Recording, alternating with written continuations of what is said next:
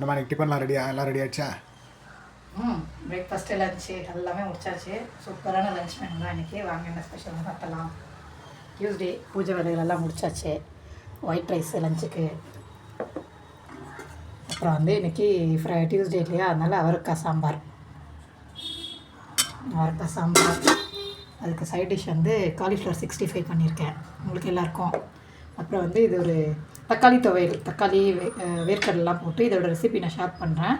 அப்புறம் இது வந்து எனக்கு ஆயில் இல்லாமல் கொஞ்சோண்டு கிரேவி மாதிரி பண்ணி வச்சுருக்கேன்.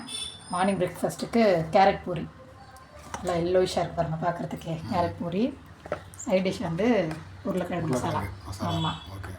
அப்புறம் எனக்கு வந்து டயட்டு கேரட்லேயே சப்பாத்தி, கேரட் பூரி பண்ணதுலேயே சப்பாத்தி, வாழைப்பழம், அப்புறம் கொஞ்சோண்டு ஆரஞ்சு, அதுக்கு கிரேவி வச்சுருக்கேன். அவ்வளோதான். Okay, super. நம்மளோட டயட் மெனு.